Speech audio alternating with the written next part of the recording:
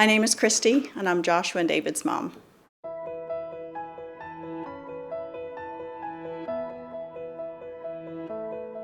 I met my husband, Neville, through the church, really. My father was a professor at Liberty. My husband kind of knew my father from having been a student at Liberty.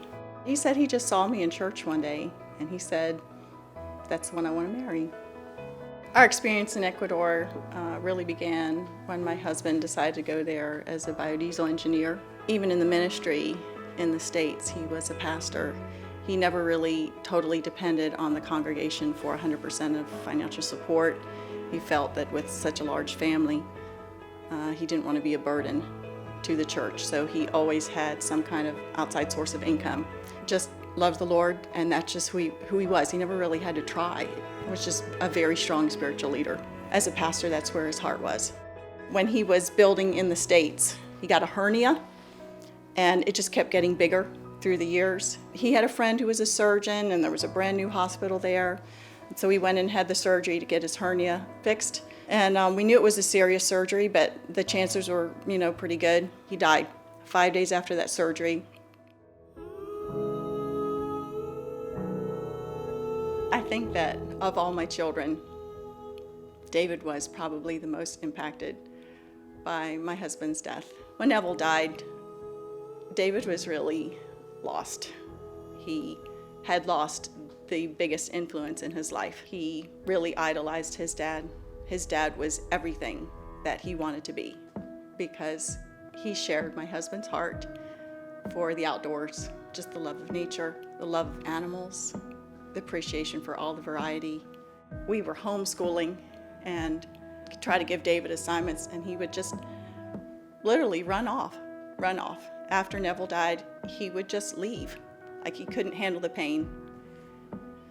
We'd find him maybe, climbing trees or whatever, but I just think that was his way of trying to deal with the loss. You can lose a kid in the States and you can call the police and stuff, but you lose him in Ecuador, it's pretty serious. And he was running away like every other day, just lost, really lost. I was just speaking with Joshua a couple days ago about Daddy and what he remembered, and he said he didn't remember a whole lot. When I first heard about KOZ, I thought this is what I was looking for. KOZ, for us, has really filled a void that I could not fill. I mean, I'm a violinist. I teach my kids how to play instruments, and they all do. They don't all like it, but they do it. I longed for somebody to fill that position in their lives where they could have somebody to look up to. And my husband was such a dominant figure in our home. He was such a strong spiritual leader. He left a tremendous void in all of my children's lives, but especially my boys. To have KOZ was really an answer to prayer for us. KOZ has really been a healing process for my boys, especially for David. Having KOZ has meant healing that void, really reestablishing a trust with the Lord that I could not have brought about by anything that I could have done. He's had people show him what it means to be a good steward of nature.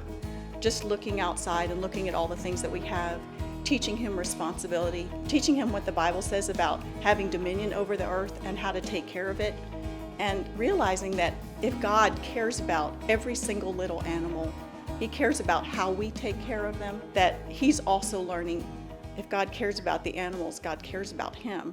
That was a really big thing for David. He doesn't talk about it, he doesn't verbalize it, but I can see the healing that has happened in his life because of KOZ. I miss my dad because I miss the company. I miss having two parents and stuff, and his stories and stuff. Without KOZ, I would probably be in my room sleeping or climbing a tree and just being bored a lot of time. I think a boy should go to KOZ because it teaches you it shows you all the people who are in authority of your life, and so if you don't do the things that they say, you can end up hurting yourself, and they're actually trying to help you. And it basically shows nature through like what God did and how he made us dominant over the earth. I think KOZ is a great opportunity to minister to kids who love the outdoors but don't know Jesus. Before KOZ, I was basically the only authority in their life, setting the example, telling them what to do. I would have Bible time with them, read to them, try to share the love of the Lord as much as I could with them. But I didn't have any reinforcement outside of the home that was really willing to live with them, experience life with them, show them things that I couldn't show them. It was just a reinforcement for everything that I was teaching them in the home that for me was irreplaceable. My name is Christy, I am David. I am Joshua Solomon, and I am KOZ. I am KOZ. and I am KOZ.